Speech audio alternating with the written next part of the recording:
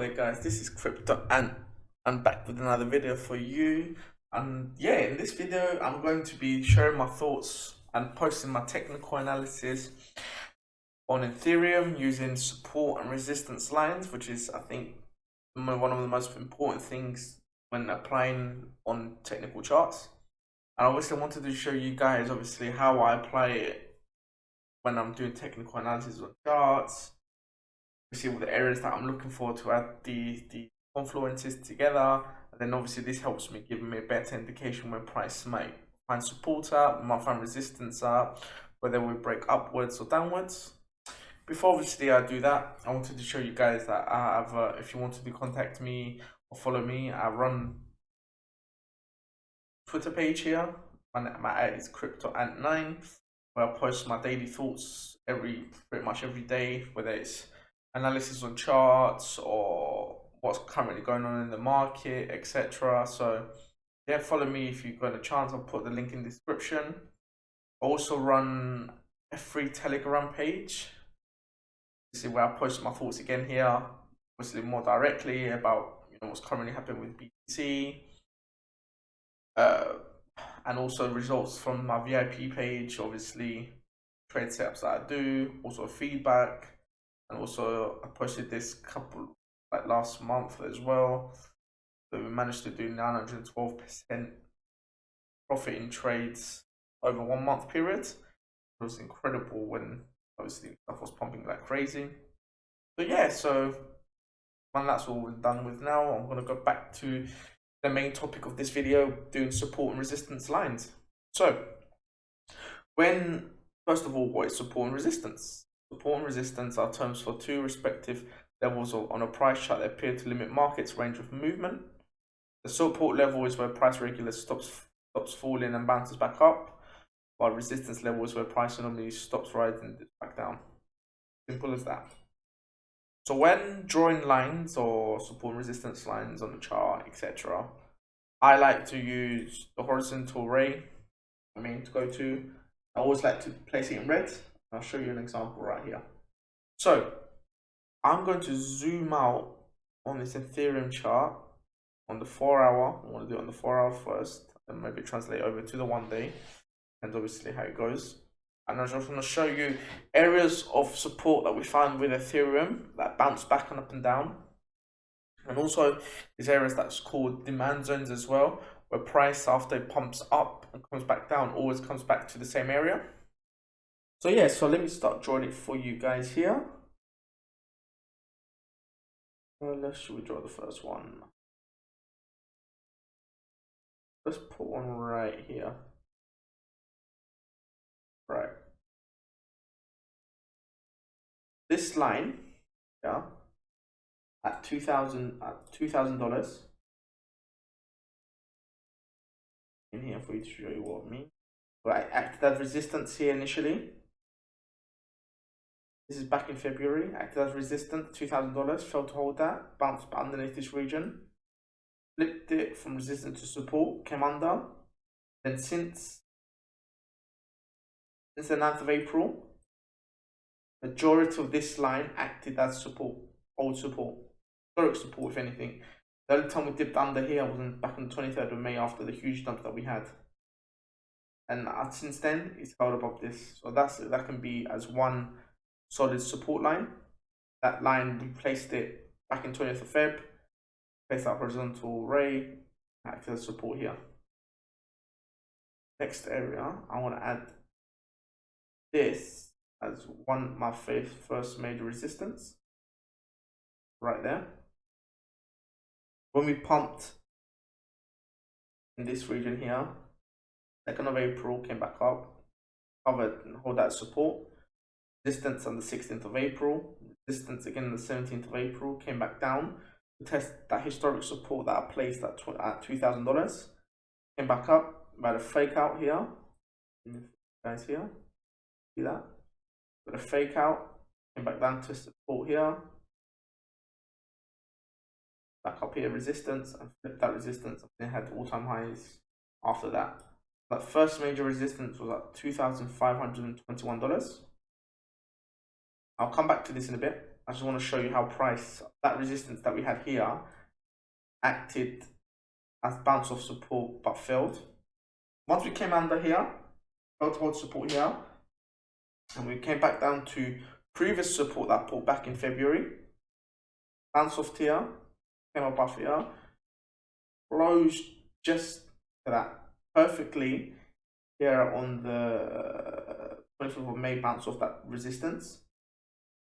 Shape here, came under here, and now this line is acting as support now, even into the recent days of 8th, 9th, 10th of June. Again, this area is acting as resistance.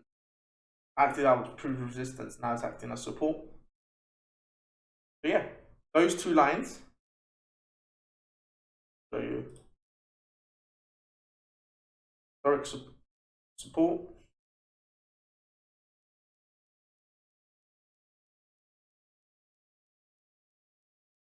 that's historic support here.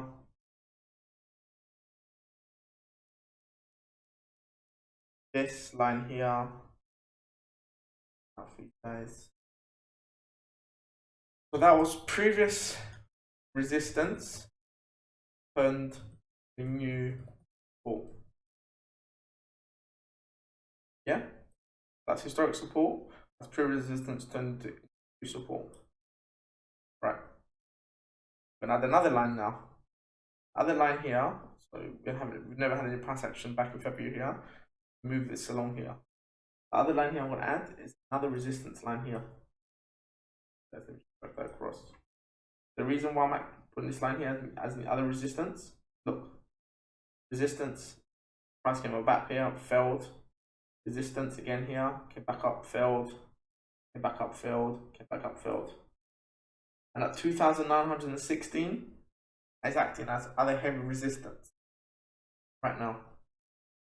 For us to see any upside dump that we had on the 19th of May, we need to break that heavy resistance of 2,920. Obviously, since then we have failed to hold that, to break that line. Right, let's move up here.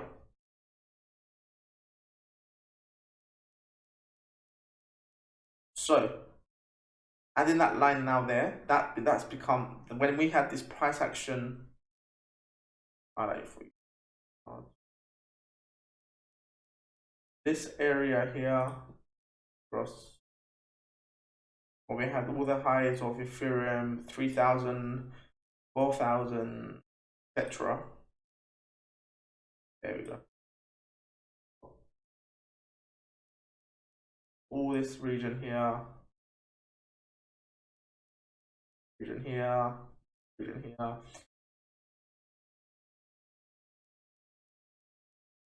That. Right. So now this line, if it was placing it back on the 2nd of May, right, before we had these highs here, that would have been new support. Used to be resistance. This line here used to be resistance, and that's turned into new support. For this new support here, the area I'm looking for, if we break under here, this area of support, go to recapture it, we pull back down here. Let me zoom out here right now.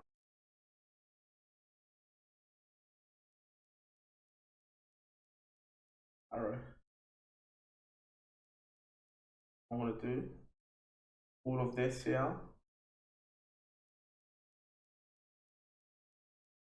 All of this.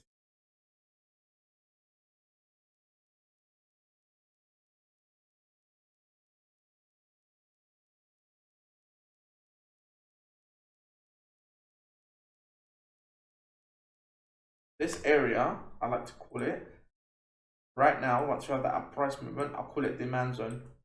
So it's where price was previously before we had all-time highs, and where price previously came back down after we had a big dump. So demand zone here, or anywhere at the support here, upside, and here, same here. Demand zone came back down here. Anywhere in this area, we could have been buying here, or buying here, etc. I like to call this area that's highlighted and highlighted for you guys better so you can see. Right.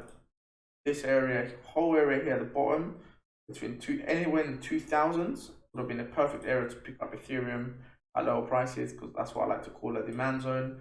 The price comes back down to always retest for having highs. We had highs all the way here, look, 4,000 and 4,300.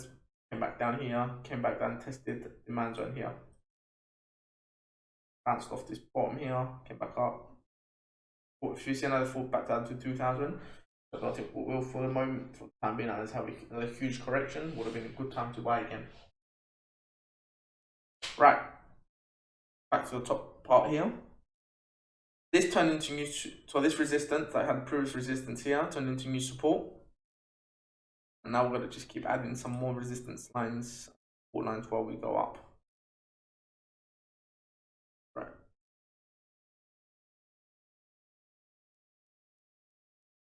But this here can be, get that line there, that support. You can have much resistance going up. And this price action here, got sideways, held above here, so that can be line here, support, because we hold a white, we're really above it here. The next resistance that we had be roughly about here. That's the resistance. Price came back up here, tested once, twice, and break over. That'll be resistance lines there. Then here, it's as clear as the day, the head and shoulders pattern. I'll show you right now. Normally a reversal pattern of coming back down in price. So we had left shoulder there, head, the right shoulder.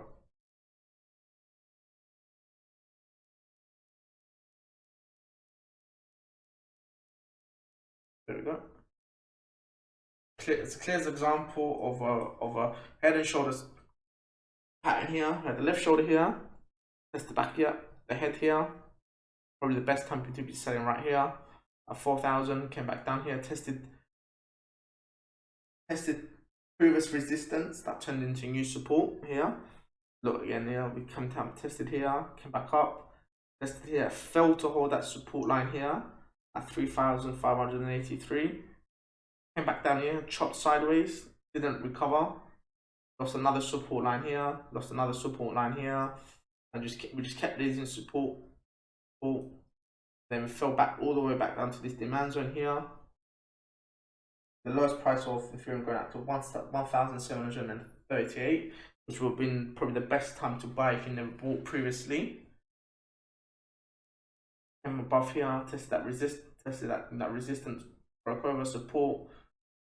Resistance again here, that 2,916 that was placed. I wouldn't say roughly there, but the main resistance would have been here, here. Keep testing this region, and we'll just keep bouncing up to the region. Now we're currently at support. Failed to hold that. We can see it dip under into this demand zone again.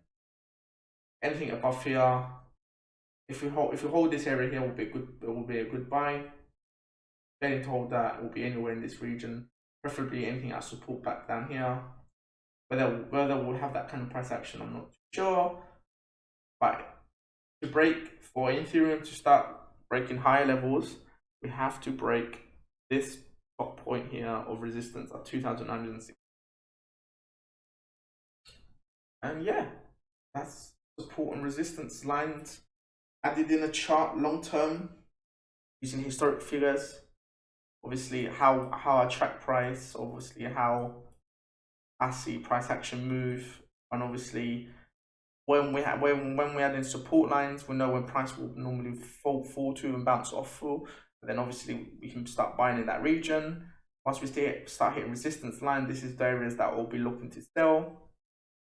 We bought down here 1,700 or 1,800. Would have been put some. I would sell this in this region here at 2,900. Buy here, sell here, buy here, sell here, and it's pretty simple as that. Obviously, you can start adding other confluences like moving averages, FIB extensions, Shimoku clouds, name whatever. Obviously, what this video and what I'm trying to explain to you guys, how I add support lines, resistance lines. When we add these lines, I use these as a basis where I should be buying, where I should be selling, what areas I'm looking to hold that support before we see upside, or whether we fail to hold that support and see further drop in price. And this for me is the basis mostly for technical analysis on charts. This allows me to obviously do my technical analysis on them, and obviously, and I build up other confluences, whether it's counter trend lines, channels, moving averages, and obviously the more indicators that add to my arsenal when I'm doing charts, it helps me look at the bigger picture where price will be going forward. So yeah, so I hope you guys like this video, and obviously share it if you can, like it, subscribe if you haven't subscribed yet. And obviously this is the type of content that I will be bringing regularly to YouTube channel now that obviously that I've started it, and obviously the educational material that I want to focus on. And obviously this is the type of content that I'll cover into obviously more depth that I post in my free page, in my VIP pages as well. So yeah, feel free to message me, and obviously I'm happy to answer any questions that you have in the comments about everything I've placed here.